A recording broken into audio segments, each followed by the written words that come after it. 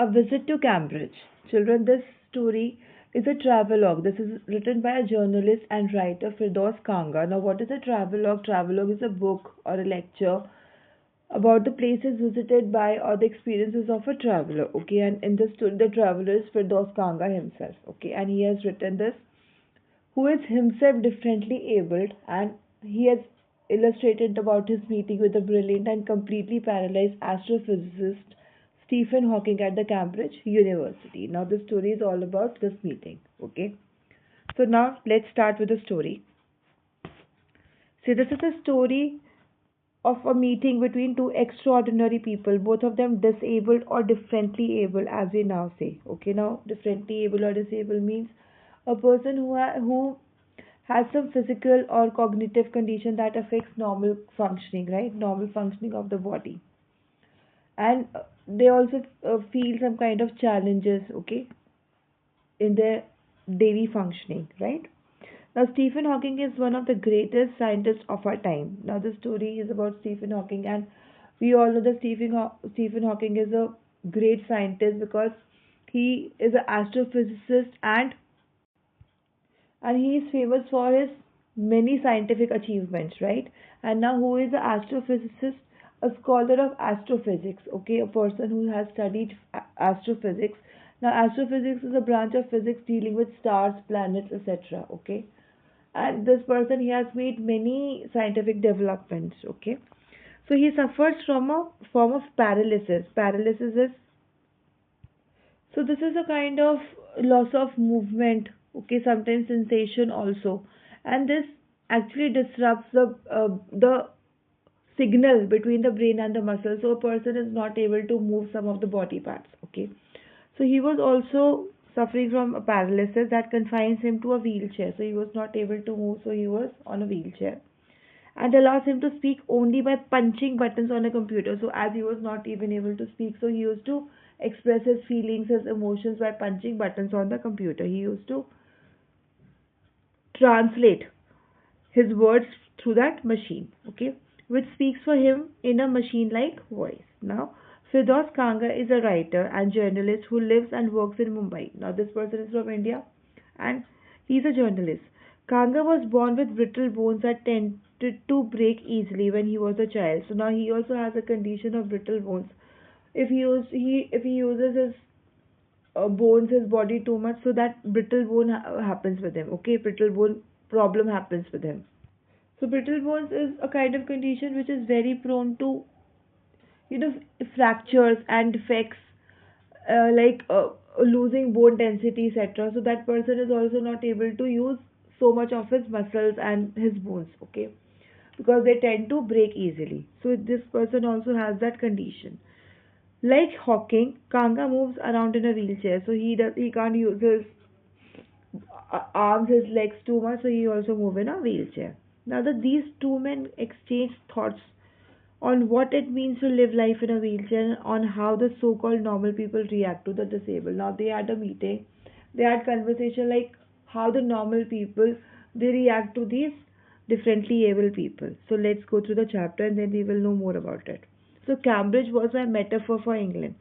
So Cambridge is a city in England and it is a very famous city known for institutions. Okay, there is a very famous University of Cambridge, and it's a very old university. It was established in around 1209, okay, by the iconic colleges and King's and Trinity, putting on the Rivers Camp, and it has rich history. Okay, so Cambridge was my metaphor for England. Now, what is a metaphor? Metaphor is a figure of speech, okay, which we use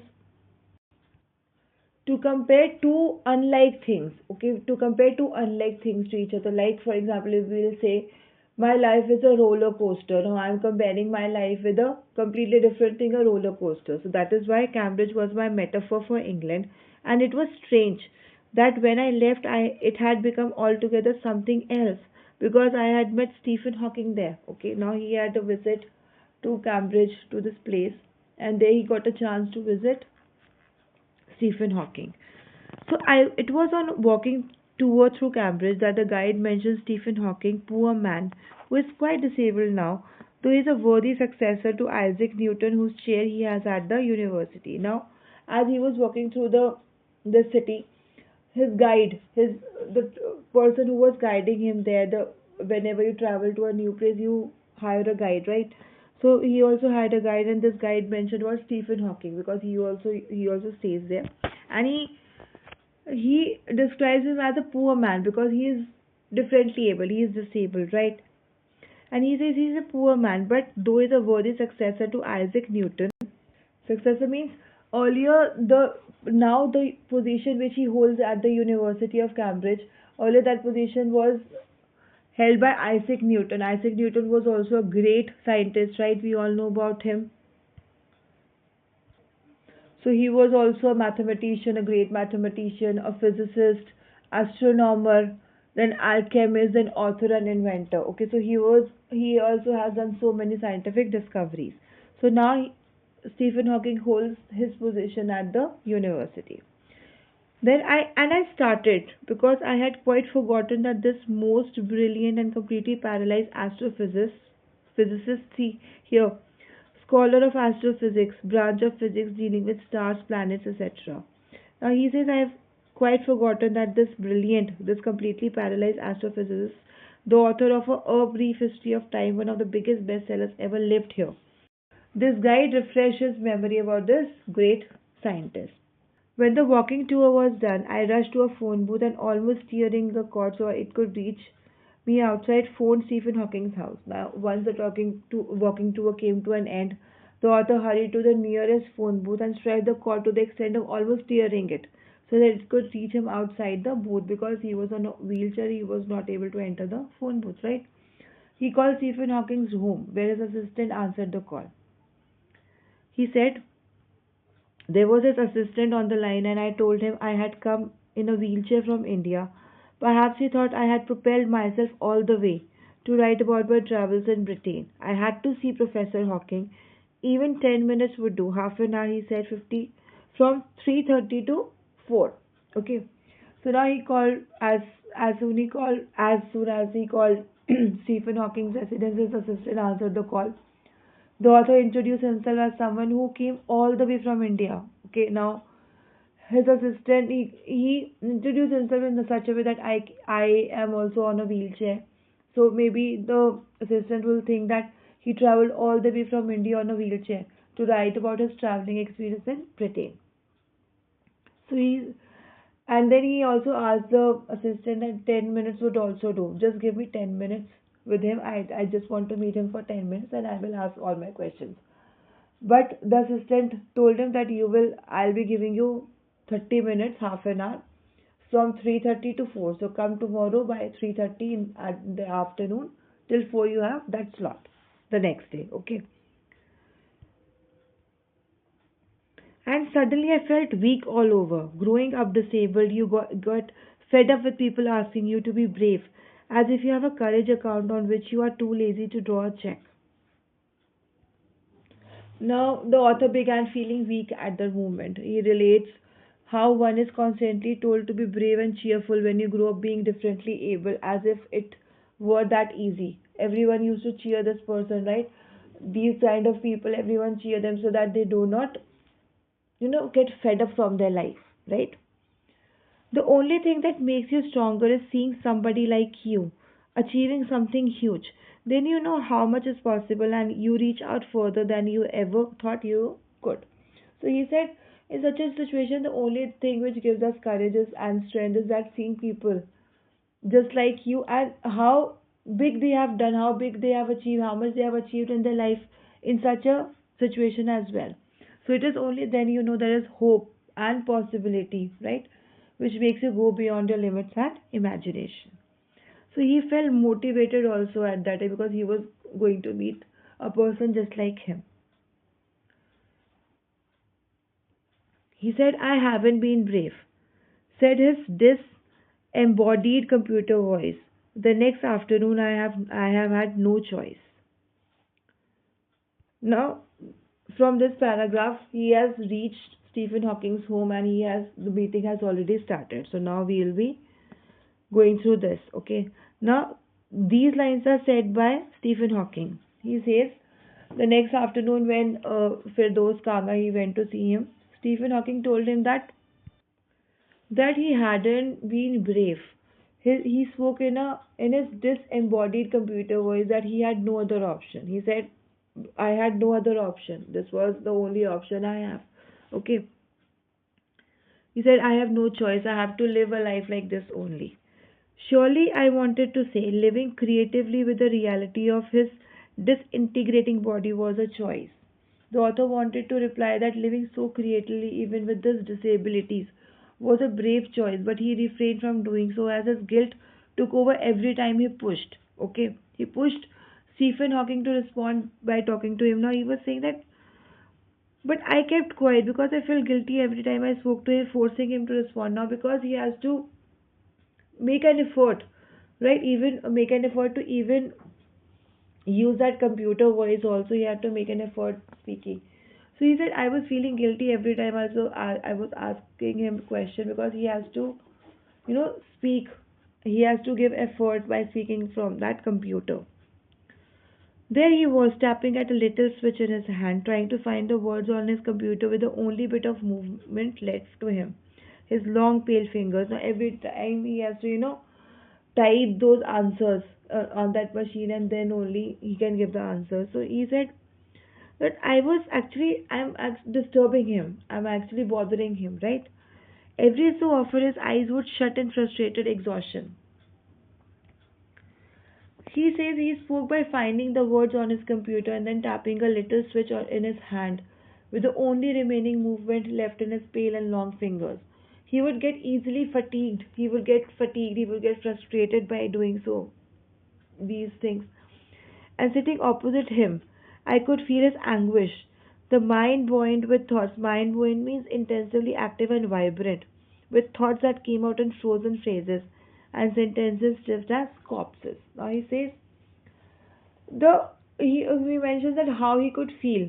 He could also feel that Hawking's pain as the thoughts in his intensely active and vibrant mind came out emotionless and stiff as a corpse. Okay, now when he now see there is much difference between what we say and what we write, right?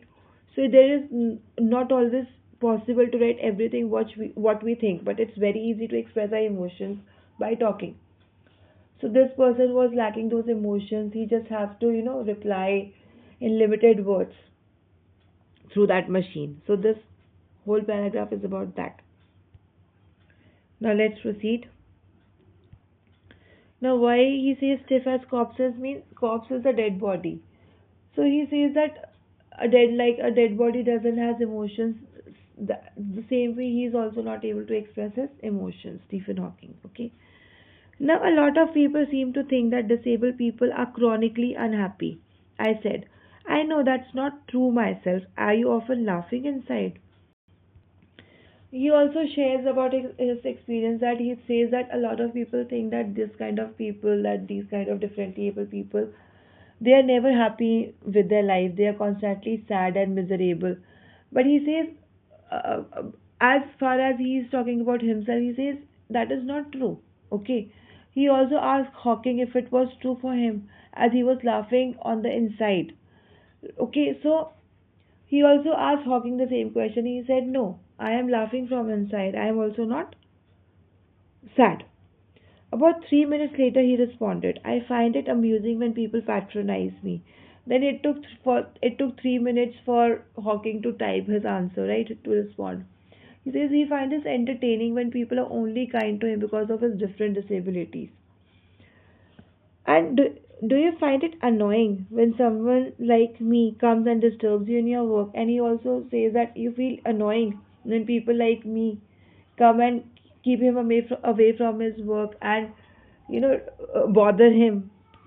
The answer flashed yes. He says, and Stephen Hawking honestly says yes. This bothers me. This annoys me. Then he smiled his one-way smile, and I knew, without being sentimental or silly, that I was looking at one of the most beautiful men in the world. After that, Stephen Hawking smiled his one-way smile, not giving in to emotions, but the author knew for sure that he was looking at one of the most beautiful and wonderful men in the world. Okay. because according to him, Stephen Hawking was the most inspiring, most wonderful, most beautiful man in the world. Then also he shares a first glimpse of him is shocking because he's like a still photograph. As if all those pictures of him in magazines and newspapers have turned three-dimensional. Now he says as soon as he met him, the first glimpse of him was shocking. It startles you because he's motionless just as a photograph because he's not able to move, so he's still. He's motionless as just like a photograph, as if a photograph you're seeing his photograph. It seems that all his photos in magazines and newspapers have become three-dimensional, but still, right? Then you see the head twisted sideways into a slump, the torso shrunk inside the pale blue shirt, the wasted legs. You look at his eyes, which can speak still, and they are saying something huge and urgent. It is hard to tell what. But you are shaken because you have seen something you never thought could be seen. Now, he says, as you notice him further, his head is turned sideways limply. The upper part of the body is shrunk inside his dull blue shirt, and his legs are weak because they are of no use. His eyes appear as if they can speak. They have to speak a lot, they have so much to speak, but they are still yet trying to speak something of great significance and urgency. Although what they are saying is hard to decipher. Now, what the eyes say is hard to decipher means hard to translate. Having looked at him shakes you up completely because your eyes have something completely unexpected. Okay, before you, like a lantern whose walls are worn so thin you glimpse only the light inside, is the incandescence of this man. Incandescence means the inner glow of light. The body, almost irrelevant, exists only like a case made of shadows. So that I, no believer in eternal souls, know that this is what each of us is, everything else an accessory. Now, here Stephen Hawking, because this person, Fidos Karga, is he's so disturbed after seeing him, is not that happy after seeing him. So he consoles him.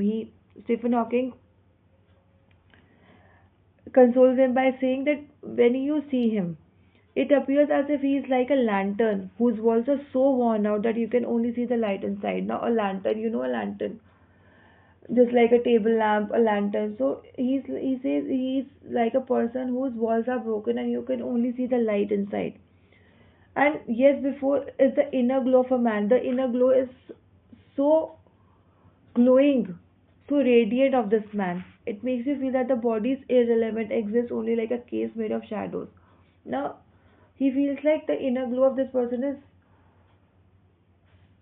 so radiant that the body is irrelevant. Like it's just like a case made of shadows. The body, the inner thing is everything. The inner soul, the inner body is everything. The outer body is just a case to protect that inner body. It even makes the author a non-believer in eternal souls. One realizes that a man is no more than that, okay? Because ultimately everyone will die and become a soul. He says that a man is nothing more than that. Everything else is just not essential. Else is just an accessory. Now, what is an accessory? Accessory is just an addition to what we wear, okay, to just to look presentable. Okay, so accessories is everything is just an accessory. What matters is the soul inside, the light inside you, the motivation inside you, how your inner glow is. Okay,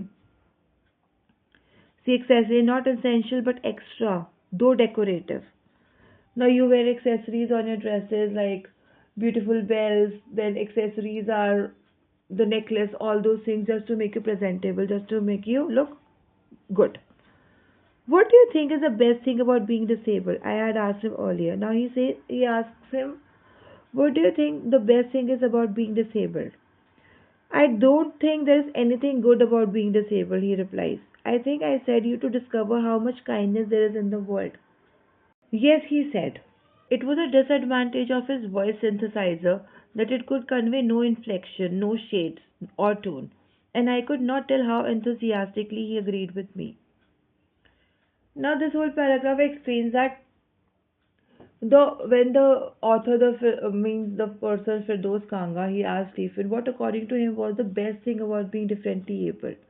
To which Hawking replied that he did not find anything good about it. Obviously, there is nothing good about it. The author then expressed that he thinks it makes you discover that there is so much kindness in the world because so many people, most of the people, they offer so much kindness to such kind of people. Stephen agreed, but due to his voice synthesizer, the author could not decipher the excitement behind his answer. There's a disadvantage that comes with it that it conveys no inflection. Inflection means no emotions.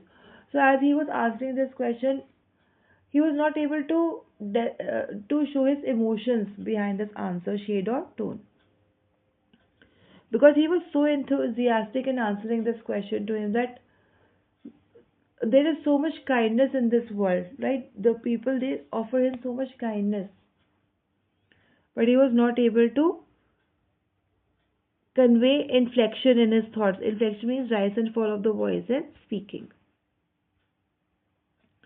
Every time I shifted in my chair or turned my wrist to watch the time, I wanted to make every one of our 30 minutes count. I felt a huge relief and exhilaration in the possibilities of my body. How little it mattered then that I would never walk or even stand. Now, as he was, shifting, he was adjusting himself or turning his wrist towards the time because he doesn't want to waste Stephen Hawking's minute or two also, because he had got that 30 minutes and he wanted to make best use of those 30 minutes and doesn't want to make it, go beyond that 30 minute meeting also, because his time, Stephen Hawking's time, is also very important, is very precious. Then, as he was adjusting himself in his chair and had a look at his wristwatch to track time, he wanted to make sure that no single minute of the meeting went wasted. He also added that he was relieved and happy about the limited possibilities his body had to offer. Now he's feeling much satisfied that like Stephen Hawking, he's not able to even move. He can't even speak, but he has so much movement. He still can move his arms. He can speak. He has so much advantages over him.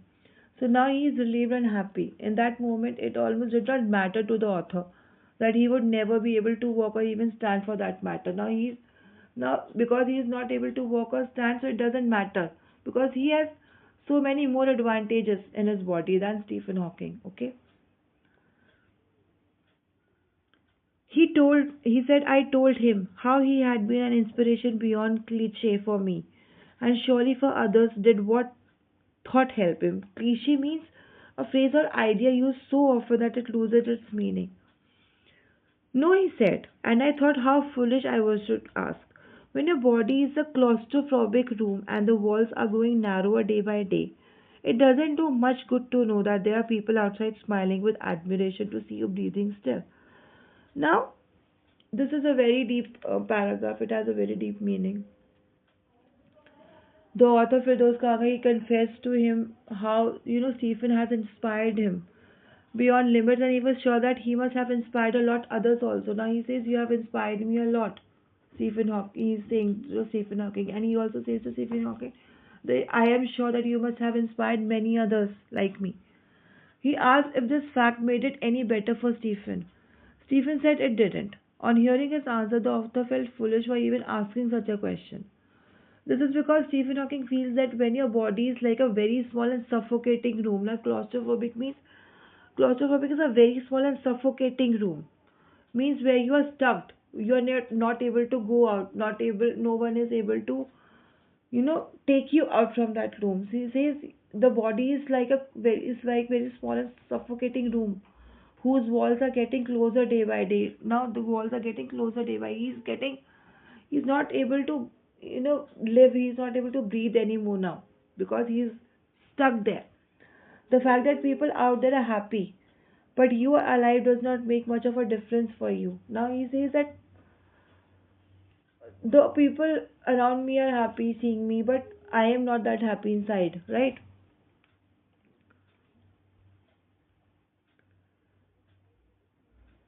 Is there any advice you can give disabled people, something that might help make life better? Now he asked him that if is there any advice you can give to these disabled people? They should concentrate on what they are good at. I think things like the disabled Olympics are a waste of time. Now, this Stephen Hawking is answering this. Then he says, I know what you mean. I remember the years I had spent trying to play a Spanish guitar considerably larger than I was, and how gleefully I had unstrung it one night. The half hour was up. I think I've annoyed you enough, I said, grinning. Thank you for. Stay, I waited. Have some tea. I can show you the garden. The garden was big as a park, but Stephen Hawking covered every inch, rubbling along in his motorized wheelchair while I dodged to keep out of the way. We couldn't talk very much. The sun made him silent, the letters on his screen disappearing in the glare. Now what this mean is, the author asked if if he would like to give a piece of advice to these people, the differently able people, which would make them live better, make their life easier, right? Stephen Hawking said that they should focus on their strengths and what they are good at. Okay, see here you can see that they should concentrate, they should focus on their strengths and what they are good at. According to Stephen, and also according to Stephen, he says that things like Olympic for a differently able are a waste of time. According to him, the things like Olympic are a waste of time. Then the author is saying this. The author also got the gist of what Stephen meant because he had spent many years learning to play a Spanish guitar, which was larger than his own size, and how he unstrung it one night very happily. The author also wasted many years of his life learning a Spanish guitar. Then, after the 30 minutes were up, the 30 minutes came to an end, and the author smiled and he said, I think I have annoyed you enough, and continued to thank him for his time, but was interrupted by Stephen, who instead asked him to stay. As 30 minutes were over, but Stephen wanted him to stay. He wants him to see his garden. He also wants to spend some time with him. So he invited him, let's go to the garden and I'll show you my garden. And also have some tea. Now, even though the garden was as big as a park, Stephen showed him every inch and corner of it on his motorized wheelchair. The author tried not to come in his way. They couldn't converse a lot during that time as the letters on his screen disappeared in the glare of the sun, because they were in the sun. It felt as if the sun made him silent. Now they both were looking at the garden, roaming in the garden, but they were not talking much. An hour later, we were ready to leave. I didn't know what to do. I could not kiss him or cry. I touched his shoulder and wheeled out into the summer evening. I looked back, and I knew he was waving, though he wasn't. Watching him, an embodiment of my bravest self, the one I was moving towards, the one I had believed in for so many years alone. I knew that my journey was over for now. Firdos Kanga from Heaven on Wheels. So he was writing this book and he mentioned all this conversation in this book, From Heavens on Wheels. So what this last paragraph says is, when an hour later they watched the garden, they had so many good conversation. He was ready to leave now. He says, I do not know what to do. As he left, and he could not even kiss Stephen Hawking or cry either. So he just touched his shoulder and went out in the summer evening in his wheelchair. The author knew Stephen was waving at him, though he was actually wasn't, because he is not able to do that. As he looked back, the author expresses how glancing at Stephen was like looking at his bravest self, the one he was moving towards and the one he had believed in for so many years. He was well aware that his journey was over for now in England. So that was the last moments he was spending in England with Stephen Hawking. So he said his journey was over for now in England, and he was so happy after looking at it. If you remember, whenever you are going somewhere alone, maybe, so you look behind, who is behind, maybe your parents, right? So that is the same he was looking at Stephen Hawking, because as he was walking further, he kept glancing at Stephen Hawking. Okay, so here the chapter comes to an end. I hope you have enjoyed the story, and I will upload the question answers in the next video. Thank you.